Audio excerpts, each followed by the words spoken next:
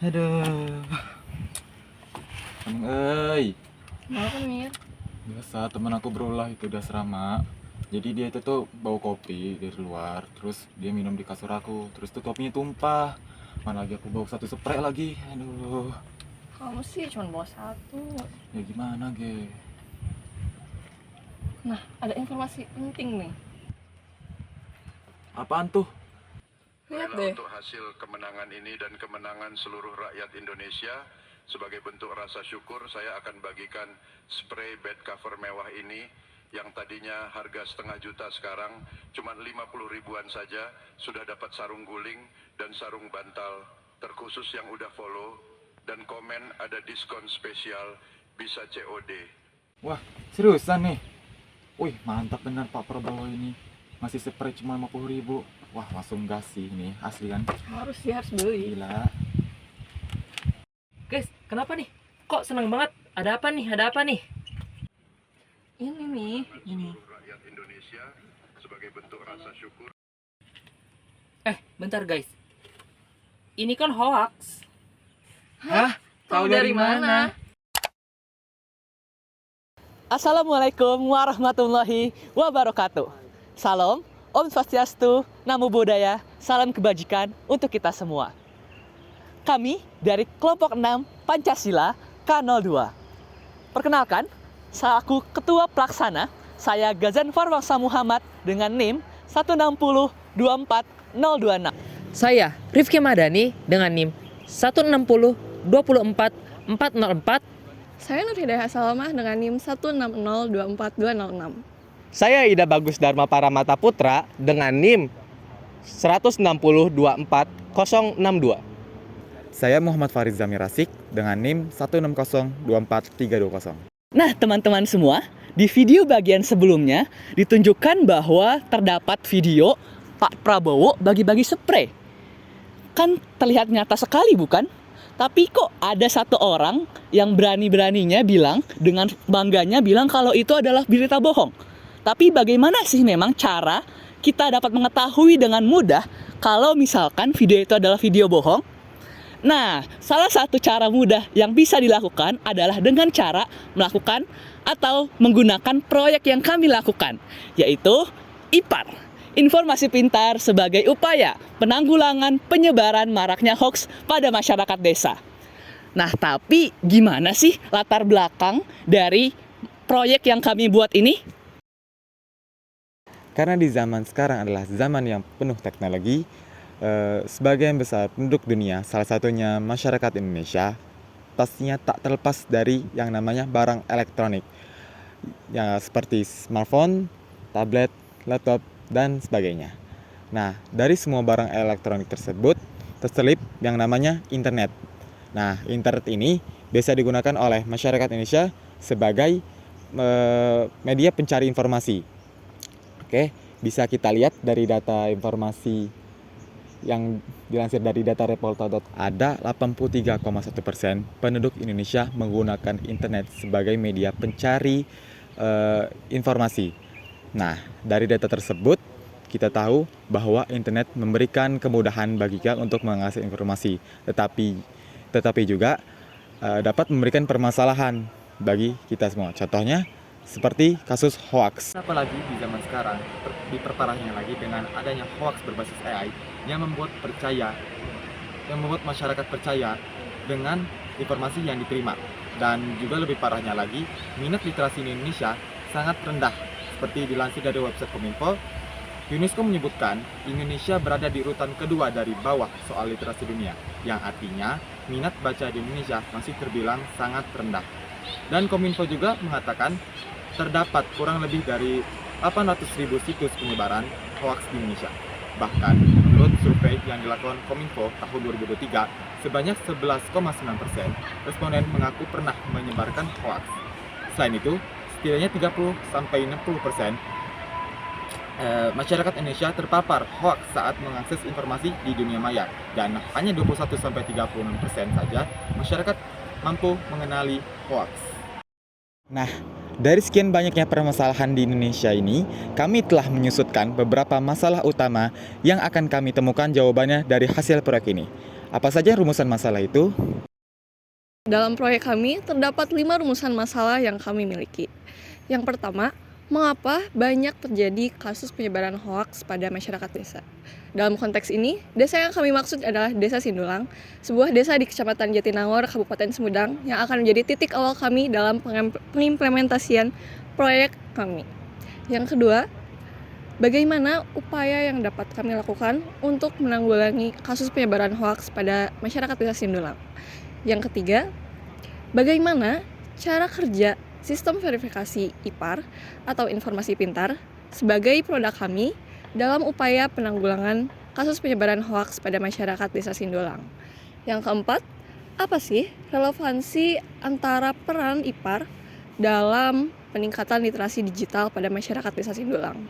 Dan yang kelima, bagaimana upaya yang dapat dilakukan untuk menggiatkan proyek kami agar proyek kami ini dapat diterima dan dipahami oleh masyarakat Desa Sindulang?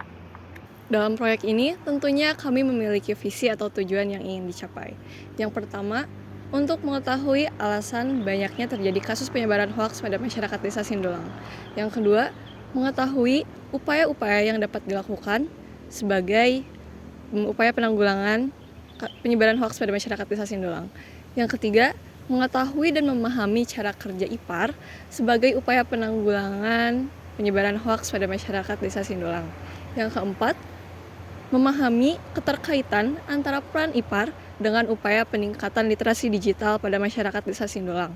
Dan yang kelima, yaitu untuk mengetahui upaya-upaya yang dapat dilakukan untuk membuat IPAR dapat dikenal dan diterima oleh masyarakat Desa Sindulang. Lalu, apa sih manfaat dengan adanya proyek ini? Dengan adanya proyek ini, diharapkan memberikan banyak manfaat kepada masyarakat desa, khususnya masyarakat Desa Sindulang. Yang pertama, dengan penyuluhan mengenai perkembangan teknologi dan adanya hoaks di dunia digital, diharapkan masyarakat Desa Sindulang dapat lebih memahami mengenai dunia digital dan hoaks yang beredar di dunia digital.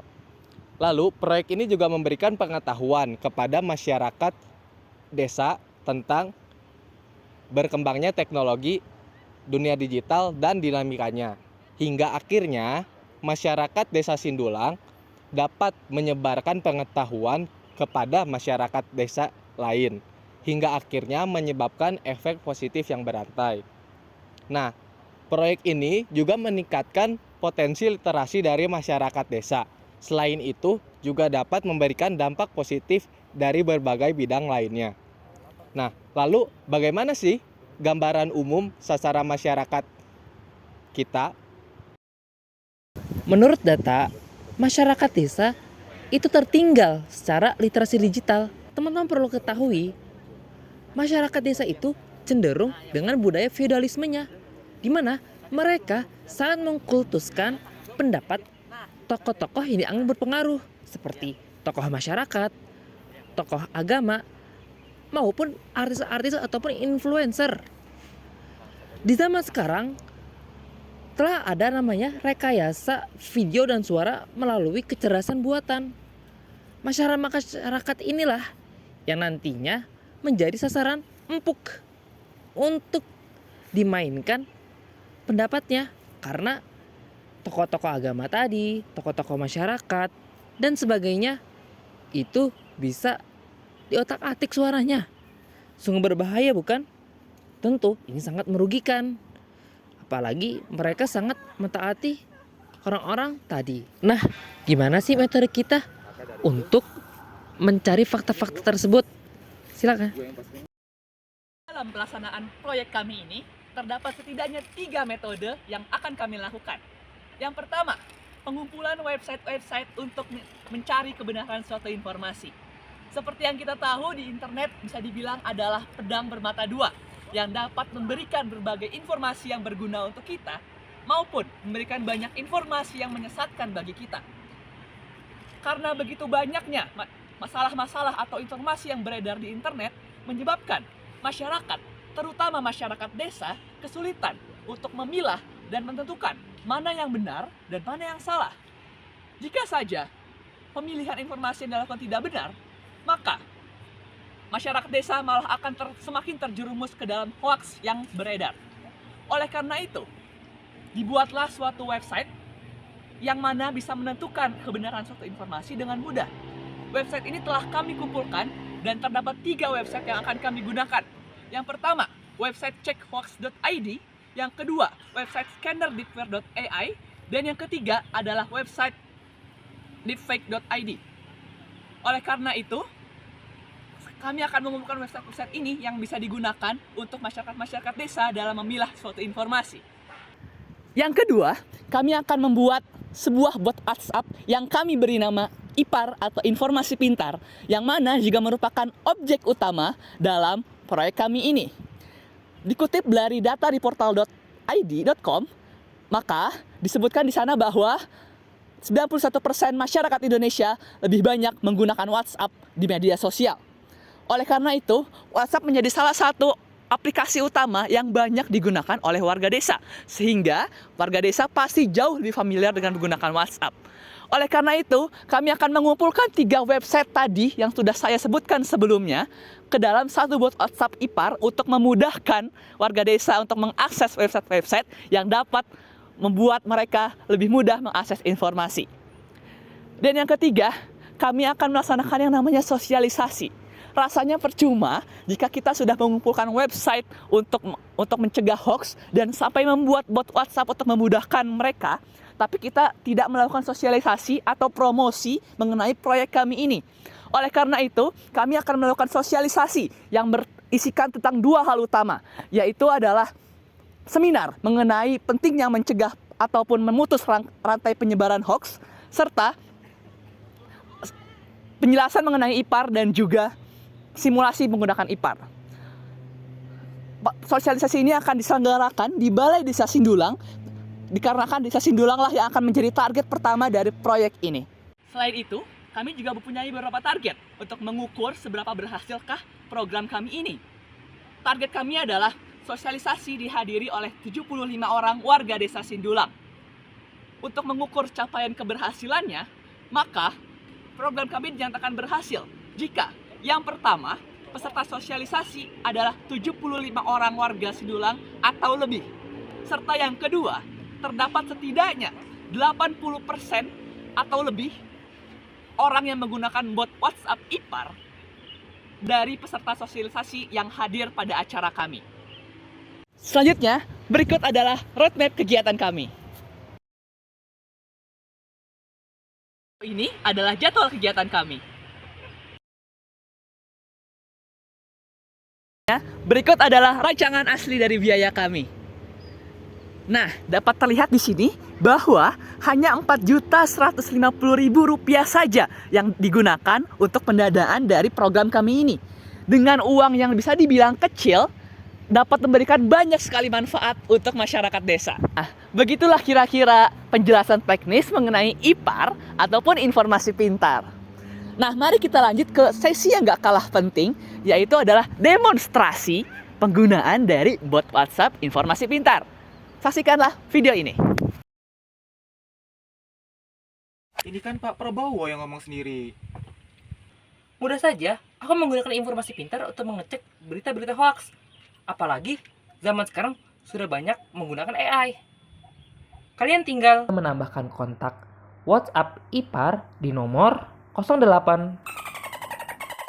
Lalu chat hi. Akan keluar tampilan seperti ini. Misalnya kita klik nomor 2.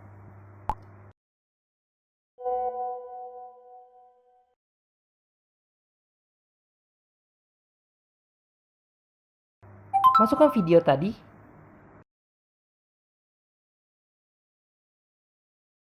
Cek.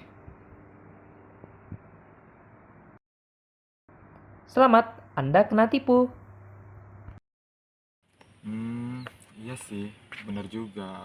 Kita harus lebih kritis, apalagi di zaman sekarang udah banyak teknologi AI gitu ya. Untung ada IPAR. IPAR, solusi pintar menemukan informasi yang benar. Bersama IPAR, temukan faktamu.